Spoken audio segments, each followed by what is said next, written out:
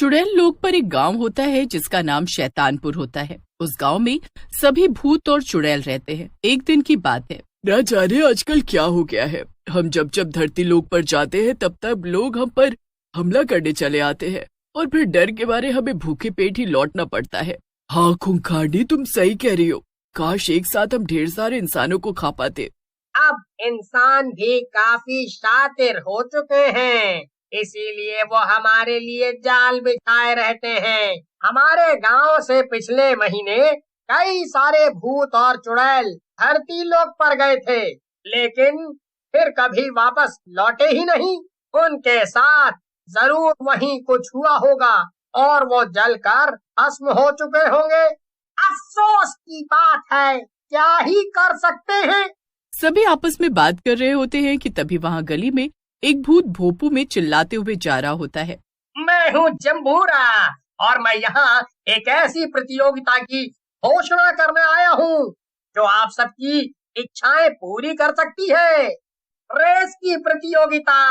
इस गांव के लोग उस प्रतियोगिता में भाग ले सकते हैं और जो भूत या चुड़ैल इस रेस में जीत जाएगा या जाएगी, उसे मिलेगा पूरे 50 इंसानी शरीरों का मांस। क्या 50 इंसानी शरीरों का मांस? वाह वाह वाह वाह सौदामिनी, हमारी तो लॉटरी लग गई। हाँ खूंखारनी, मैं तो इस रेस में जरूर भाग लूंगी। सभी भूत और चुड़ैल बहुत उत्सुक हो जाते हैं। ये रेस तो मैं ही जीत कर रहूंगा। मुझे 50 शरीरों का मांस मिलेगा। ये सोचकर ही मेरे मुंह में पानी की बाढ़ आ रही है। अरे भाई, हमारे गांव में सबसे पहलवान और फुर्तीले भूत और चुड़ैल भूल गए क्या तुम? चुड़ैल अनामिका और भूत खलनायक। हाँ, खलनायक और अनामिका दोनों बहुत ही फुर्तीले हैं। वो दोनों एक दूसरे को टक्कर देंगे, लेकिन हमें भी उतनी तगड़ी मेहनत करनी होगी। हम उनसे डरकर चुप नहीं रहेंगे। जब चुड़ैल अनामिका और भूत खलनायक को इस रेस के बारे में पता चलता है तो वो दोनों काफी खुश हो जाते हैं। क्या बात है, मैं इस रेस में भाग जरूर लूंगी क्योंकि मुझे 50 इंसानी शरीरों को खाना है। कितना मजा आएगा ये करते हुए। लेकिन खलनायक भी इस प्रतियोगिता में भाग लेगा। वो भी एक दमदार खिलाड़ी और मुझे हराने में कामयाब भी रह सकता है, लेकिन मैं हार नहीं मानूंगी। मेरे पास अब भी एक हफ्ता है। इस एक हफ्ते में मैं दौड़ने की इतनी अच्छी तैयारी कर लूंगी कि खलनायक तो क्या, कोई और भी मुझे हरा नहीं पाएगा। वहीं दूसरी तरफ ये तो बहुत ही कमाल की बात है। हमारे गांव में रेस प्रतियोगिता होगी और इनाम के तौर पर इंसानी मांस, वो भी 50 लोगों का। इससे बढ़िया और क्या ही हो सकता है। लेकिन मैं उस अनामिका से बिल्कुल नहीं डरूंगा। वो भी एक ताकतवर चुड़ैल है, लेकिन मैं भी कुछ कम नहीं हूँ। मैं उसे जीतने नहीं दूंगा। हर हाल में वो इनाम सिर्फ और सिर्फ मुझे ही मिलेगा। चुड़ैल और भूत दोनों एक दूसरे को तगड़ी टक्कर देने लगते हैं। अब अनामिका रोज सुबह जल्दी उठकर कसरत करती है और खलनायक भी। दोनों एक दूसरे को आंखें दिखाते हैं। देखे जरा किसमें कितना है दम।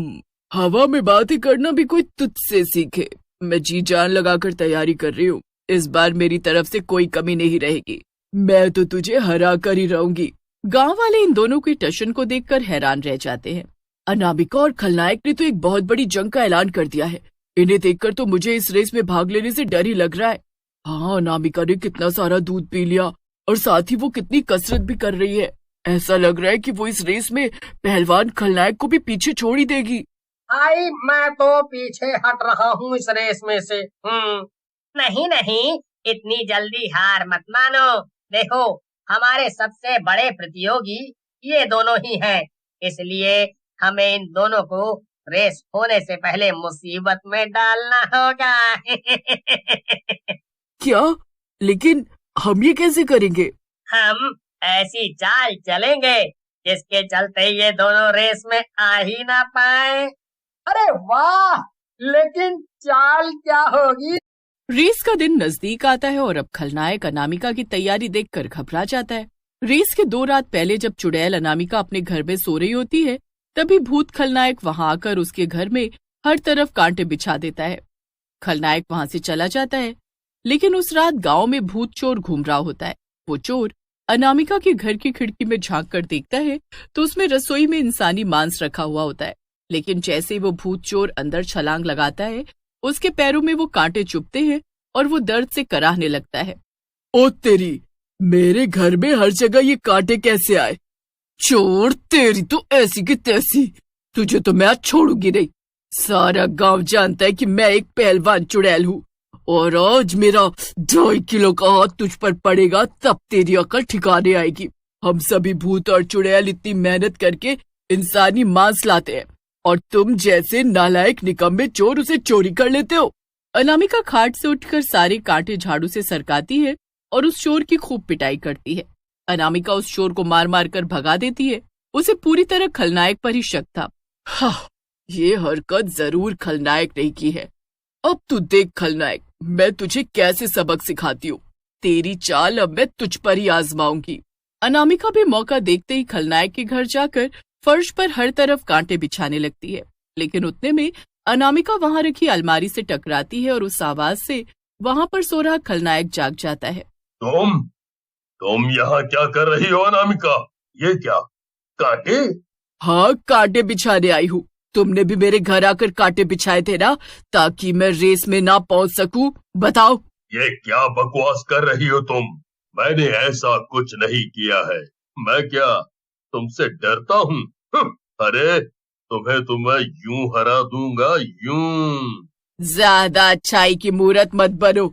आखिरकार तुम एक भूत ही हो, मैं सब जान चुकी हूँ। देखो, मैं तुम्हें आखिरी चेतावनी दे रही हूँ। मेरे रास्ते में मुश्किल डालोगे तो मैं भी पलटवार करूंगी। इतना कहकर अनामिका चुड़ैल वहां से चली जाती है। अब गांव वाले उन दोनों के खिलाफ चल चलते हैं। चुड़ैल खूंखारनी और सौदामिनी ऐसे शैतानी लड्डू बनाते हैं जिनमें वो नींद की दवाई मिलाते हैं। अब देखना, इन शैतानी लड्डू को खाकर कैसे वो दोनों घोड़े बेचकर सोए रहेंगे, और हम लोग बिना डरे रेस में जा पाएंगे। दोनों चुड़ैले खलनायक और अनामिका के पास पहुंचते हैं। अनामिका, खलनायक जैसे इंसानों की दुनिया में वो लोग किसी भी शुभ काम के पहले दही शक्कर खाते हैं, वैसे ही हम भूत और चुड़ैलों की दुनिया में ये शैतानी लड्डू खाते हैं जो इंसानों के मांस से बना होता है। इसे खाओ, सौदामिनी और मैंने साथ मिलकर बनाया है। इस तरह अनामिका और खलनायक उस शैतानी लड्डू को खाते हैं और सौदामिनी और खूंखारिनी अपने घर लौट आते हैं। तभी देखते हैं कि उनके पति तो घोड़े बेचकर सो चुके हैं। अरे बाप रे, इसका मतलब जिन लड्डुओं में हमने नींद आने की दवाई मिलाई थी, वो लड्डू हमारे पतियों ने खा लिए। लो, हो गया सत्यानाश। खूंखारिनी और सौदामिनी सर पकड़ लेते हैं और आखिर वो दिन आ ही जाता है। सारे भूत और चुड़ैल भागने लगते हैं और भागते भागते चुड़ैल अनामिका अंतिम रेखा पार कर देती है। लेकिन अंतिम रेखा पार करके सभी एक दूसरे इलाके में पहुंच जाते हैं। और तभी, जम्बूरा, तुम इस तरह हंस क्यों रहे हो? मैं जीत चुकी हूँ, लाओ इनाम दो। अब तुम सभी गांव वालों को कुछ नहीं मिलेगा, क्योंकि ये सब मेरी चाल थी, तुम सबको इस अंतिम रेखा के पार लाने की, ताकि तुम लोग इस इलाके में आ जाओ। इस इलाके में आने से सभी भूत और चुड़ैल अपनी अपनी शक्तियां कुछ वक्त के लिए खो देते हैं। अब मैं तुम सबकी एक साथ बलि चढ़ाऊंगा और तुम सबकी शक्तियां हासिल करूंगा। और फिर मैं बन जाऊंगा एक महाशक्तिशाली भूत। क्या? इतना बड़ा धोखा! ये सही नहीं किया तुमने जम्बूरा। घबराओ मत गाँव वालों। अरे अगर हमारी शक्तियां खो चुकी है तो क्या हुआ? हम सब में एकता का बल है और हम उसी के चलते आज इस जम्बूरा को सबक सिखाएंगे। टूट पड़ो इस पर। सभी भूत और चुड़ैल उस जम्बूरा नाम के भूत पर हमला बोलते हैं और उसे खूब मारते हैं, जिसके बाद उसकी हड्डी पसली एक हो जाती है और सभी उस जगह से भाग जाते हैं और उनकी बलि चढ़ते चढ़ते रह जाती है। एक गांव में एक लकड़हारा रहता था। वह हर रोज जंगल में लकड़ियां काटने जाया करता था। रोज की तरह वह जंगल में लकड़ियां काट रहा होता है, तभी शाम हो जाती है। अरे ये क्या, आज तो समय का पता ही नहीं चला। अगर रात हो गई तो मैं बहुत बड़ी मुसीबत में फंस जाऊंगा। फिर वह घर की ओर वापस लौटने लगता है। तभी जोर जोर की बारिश होने लगती है। अरे ये क्या, ये अचानक से बारिश कैसे होने लग गई? थोड़ी देर उस पेड़ के नीचे रुक जाता हूँ। वह जल्दी से उस पेड़ के नीचे जाकर खड़ा हो जाता है। तभी उसे अजीब अजीब सी आवाजें सुनाई देती हैं। अरे ये कैसी आवाजें हैं? हे भगवान, मुझे लगता है आज मैं बहुत बड़ी मुसीबत में फंसने वाला हूँ। तभी बारिश रुक जाती है और वापस वह अपने गांव की तरफ चल देता है। तभी उसे महसूस होता है कि कोई उसका पीछा कर रहा है। वह बार बार मुड़ मुड़ के देखता है, लेकिन उसे पीछे कोई दिखाई नहीं देता। फिर वह आगे की ओर चल देता है। तभी पीछे से कोई उसका नाम पुकारता है। बिरजू, बिरजू, कहाँ जा रहे हो? बिरजू, बिरजू। वह बहुत डर जाता है। वह फिर से पलटकर देखता है, लेकिन वहां कोई नहीं होता।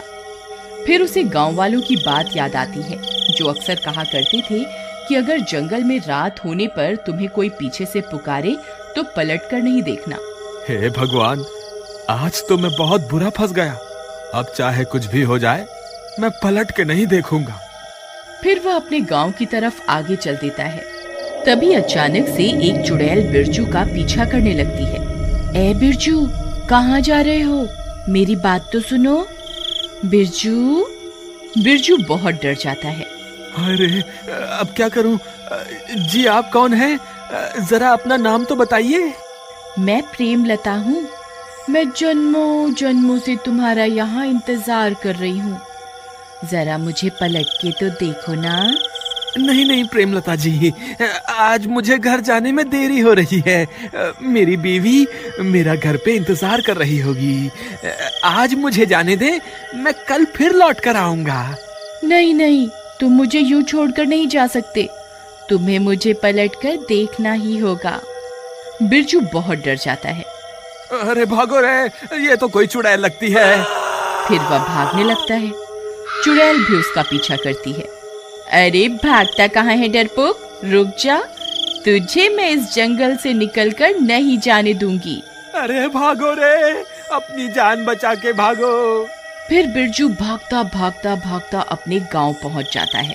अरे प्रियतम, दरवाजा खोलो। अरे जल्दी खोलो, मेरे पीछे चुड़ैल पड़ी हुई है। अरे आ रही हूँ, थोड़ा सब्र तो रखो। पता नहीं कौन है जो इतनी जोर जोर से दरवाजा पीट रहा है। अरे प्रियतम, दरवाजा खोलो, जल्दी खोलो, कहीं वो चुड़ैल यहाँ ना आ जाए। अरे मूर्ख औरत, जल्दी दरवाजा खोल। तभी उसकी पत्नी दरवाजा खोलती है। बिरजू भागकर अंदर घुस जाता है। जल्दी से दरवाजा बंद कर दो, कहीं वो चुड़ैल मेरा पीछा करती करती यहाँ ना आ जाए। हे भगवान, आप ठीक तो है ना? आज तो मैं बाल बाल बच गया।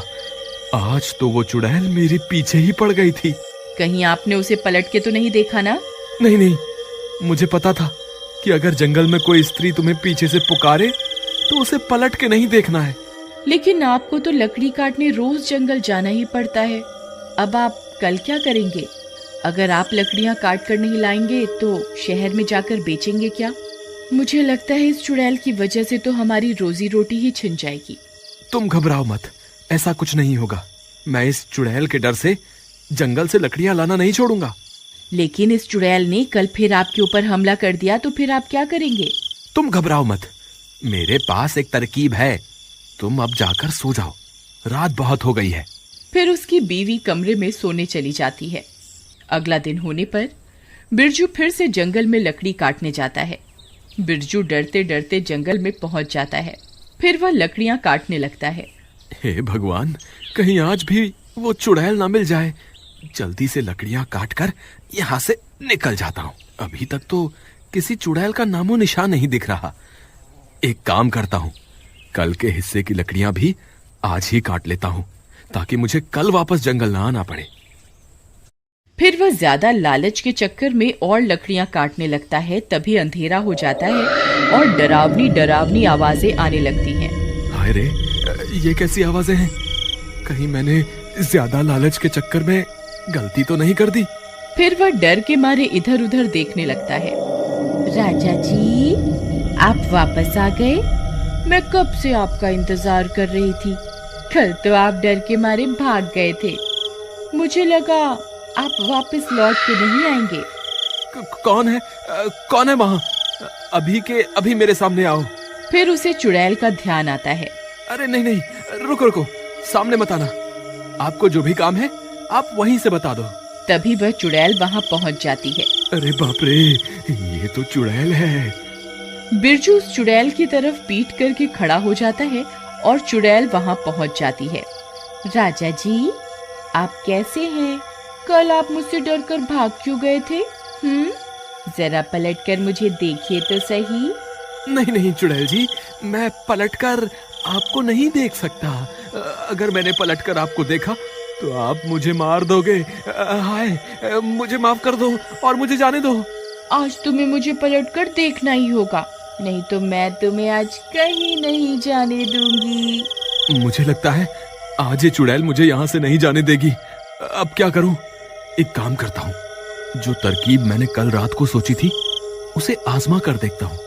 क्या पता मेरी तरकीब काम कर जाए। ठीक है चुड़ैल जी, मैं आपको पलटकर जरूर देखूंगा, लेकिन उससे पहले मेरी एक शर्त है। कैसी शर्त? आप अपनी आंखें बंद कर लीजिए, फिर मैं पलटूंगा। अच्छा, तो राजा जी को मुझसे शर्म आ रही है।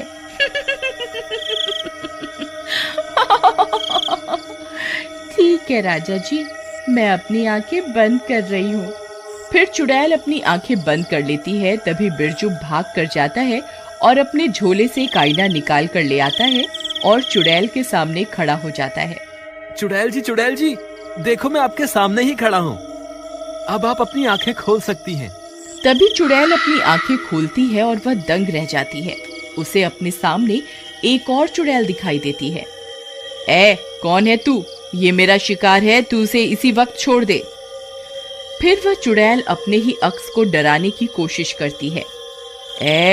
इस जंगल पर सिर्फ मेरा राज है, तू अभी के अभी ये जंगल छोड़कर यहाँ से चली जा।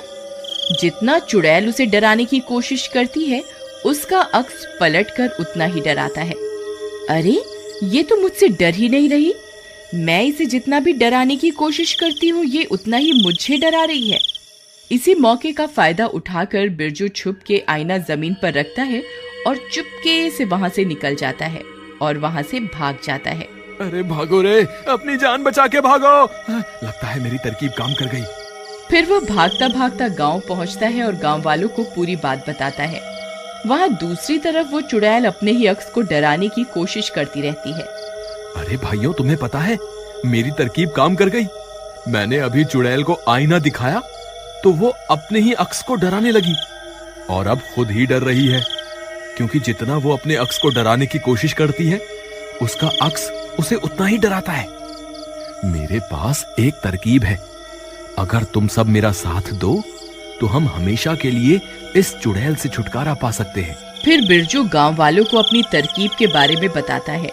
ठीक है भाई बिरजू, मुझे तुम्हारी तरकीब में दम लगता है। चलो हम अभी जंगल चलते हैं। वे सारे अपने हाथों में एक एक आईना पकड़कर जंगल की ओर चल देते हैं और थोड़ी देर में वहां पहुंच जाते हैं। चुड़ैल अभी भी आईने में अपने ही अक्स को डराने में लगी हुई होती है। गांव वाले चुड़ैल के पास पहुंचकर अपने अपने आईने को आगे की ओर कर देते हैं। चुड़ैल, तू यहाँ क्या कर रही है? ये अब हमारा जंगल है। अगर तू अभी के अभी जंगल छोड़कर नहीं गई तो हम सब चुड़ैलें तुझे मार देंगी। चुड़ैल अपने सामने इतनी सारी चुड़ैलों को देखकर बहुत डर जाती है। हाय रे, ये इतनी सारी चुड़ैल कहाँ से आ गई? लगता है मुझे ये जंगल छोड़कर यहाँ से भागना ही पड़ेगा। फिर वह चुड़ैल वहाँ से भाग जाती है। बिरजू भैया की जय, बिरजू भैया की जय। वाह बिरजू भैया, आपकी तरकीब तो काम कर गई। आपकी वजह से हमें इस चुड़ैल से छुटकारा मिल गया। बिरजू भैया की जय, बिरजू भैया की जय। कैसी लगी आपको ये वीडियो कमेंट करके कमेंट बॉक्स में ज़रूर बताएं और मेरे वीडियो को लाइक करें और मेरे चैनल को सब्सक्राइब करना ना भूलें ताकि हर एक वीडियो मेरी बनाई हुई आप तक पहुंच सके।